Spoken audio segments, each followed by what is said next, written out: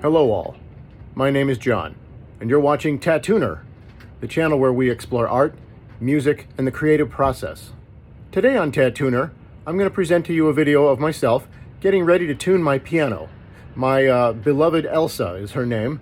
She's a cable, full upright from 1925 with a mahogany case and what was called at the time an institutional design, or something that you would find in a school or a college. Beautiful piano.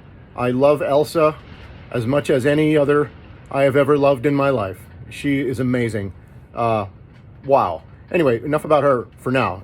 We're going to play her, but first we're going to tune her. And to do that, I need to get my gear together and set up for the process. And in this video, you're going to see me do just that, but in particular, prepare a tool that I need in order to accomplish the tuning. And I'm going to talk to you a little bit about what the tool is and why we need it, and then we'll be ready to tune the piano. So you may consider this part one of a group of videos that will explore the subject of tuning in general. This will be, I guess, the first one. I guess we're starting another new series. Wow, this is incredible. So much going on here at Tattuner. Please like and subscribe. Every bit of support helps. We are growing a beautiful new thing here that we want to share with the whole world. And by we, I mean me, but also obviously yourself, the subscribers. But I am so happy to be here doing this work, as long as you're happy to be watching. So anyway, let's get on with today's video.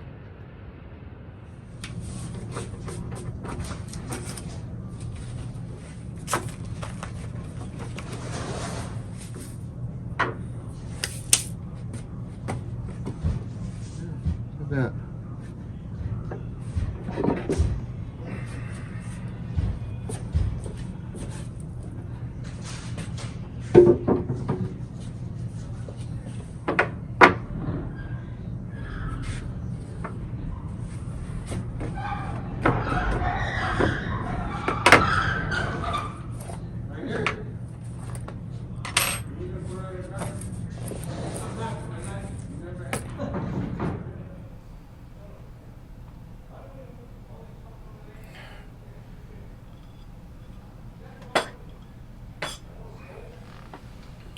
So, before we tune this piano, I'm going to take a minute to do something I've been needing to take care of for a minute, and that is to make a new mute, a new tuning mute for myself. I'm a tuner who uses a pair of identical mutes to work his way through the scale of the instrument. There are a lot of variations on this theme, a couple very curious, clever ones out there, and other kinds that are more common with the beginners in the group. I started doing this a different way and graduated to this within a few short years of being a tuner. And finding your own right fit for the method and what have you, once you understand what you're here for, is one of the ways you become good at this, and one of the best reasons to do it as far as personal satisfaction in your work. So all I have to do now is two things. One, you need to insert this wire into this mute to make a handle for it, and then I'm going to bend it in a certain way, like this, and I'll tell you why in a minute. Now you young tuners and techs out there, come in closer here and look at this, because I'm about to show you something really cool. It's going to make you a better tuner, and I'm not going to charge you anything for it. I'm just going to share my kick-ass idea with you, and you can run with it, okay? Okay, so what you need to do first is, while the thing is still straight, and I guess you have the most force, you want to pinpoint that wire, which is pointed, into the back of the mute, right? It's a square back, and then just start doing this. Start turning it in there. Maybe I could pause and do a little drilling, or I could just keep doing this until I push this thing through my finger, and then we'll do one of those GoPro videos where I ride to the emergency room and you get to watch. Nah, I don't want to do that. I think we did this already. Okay, we've been framing all day, blah, blah, blah. Okay, so, all right. This thing's got an issue, but still works. So we got us just a small bit, just a regular old countersink bit, a number 8. Excuse me, this is an 8. Now, instead of poking this through my finger, I'm going to drill this through my finger when I take this, go like so, and let's see.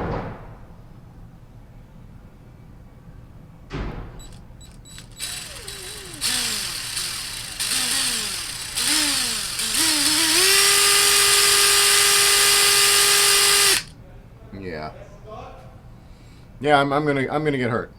This is stupid. So, all right. So now, notice what we have. By the way, I need to do one basically very small, quick thing to keep things running here at Tattuner. Please like and subscribe. By the way, and notice what we have. We have a piano now opened up with a tool bag, a hammer, a tuning device, and now 2 wires, 2 mutes, a new mute, drill bit number 1, drill bit number 2, cordless drill that's on the fritz, and 2 mystery cubes made of glass that I still can't identify. Please drop a like and a comment.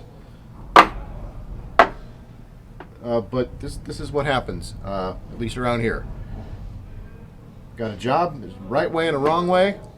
I learned that from Jiminy Cricket when I was in 6th grade, 5th or 6th grade. And I've been with him on that ever since. So I'm going to go get a clamp or something to hold this mute. Okay, so I got a C clamp. Very straightforward.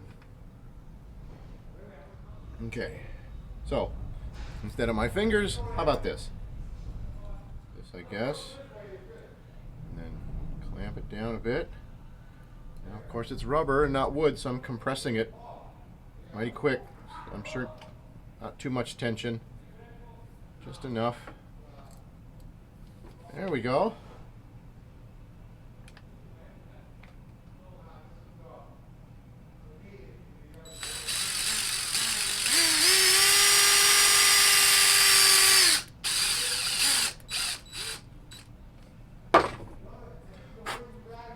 All right, I think that went pretty good. Now we should be able to take the wire, insert it into the mute, like so. Let's see. Not too late to go through my hand. Take the clamp off and observe. This thing's on pretty straight. This is definitely a good job. That's a pass. So now you've got a brand new mute, and this is the reason you do this. So you can reach in, from way over here to mute the strings and so on. Now, notice again, mine has a curve in it. Why do I curve my wire handle for my tuning mute? The reason is, hold on, let's get this out of the way. The reason is as follows. Ordinarily, you have a handle like this, a wire with a mute, and you go like that to deaden that note. So now only the first 2 of those 3 wires are vibrating because the mute is silencing the third. That's basically tuning in a nutshell, everybody. Have a great day. But if you're still watching, what happens is you're moving this thing through the piano like this, all the way up and all the way down the scale. And what happens is this handle, when it's straight, takes this weight on the end of it and sticks it way up there. And so it's wanting to pull down, it's wanting to slip, wanting to drop. There are going to be times and places when this is complicated and difficult and you want the mute to behave for you and it doesn't want to. So one of the ways I discovered to calm this little situation is to put a bend in the mute, and also I'll turn it to a certain angle, basically a 45-degree angle to the square shape of the back, like so. Observe the difference. See how the weight is just coming down over here and it's settling. It's not going to want to pull. It's not going to want to pull down as much as this will, if it's got any reason to, if it's at all having trouble holding onto the string or what have you. And it kind of just saves time by keeping things settled and manageable. Anyway, try a pair out, and you'll notice, especially when you get into the upper register, that you'll like the feel of the weight of the thing kind of being different than one straight out, which is it's just going to fight you just a little bit less, and you're going to tune just a little bit more rapidly as consequence. All right, so now we got that one. I need to put a bend in this one, and I was thinking, right here I got something I might try. This is a bowl that I designed and I had made by a dear friend who knows how to use a lathe. We'll talk about this another time, but for now I think I just happened to observe and be correct that that's pretty damn close. So I'm going to hopefully not damage my bowl and bend out a new wire here. Here we go. Hold on. Let's do it this way. There.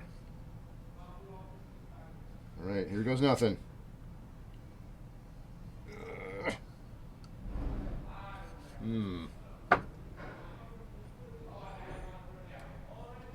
Oh, ow. Stiff. Okay. Well, frankly, those are all but identical. Let's see. So? Yeah. Yeah, look at that. Okay. Success.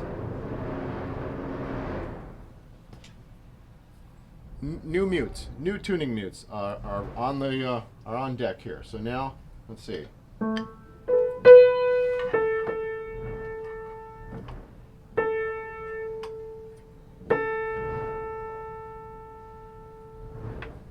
We're ready to begin our tuning.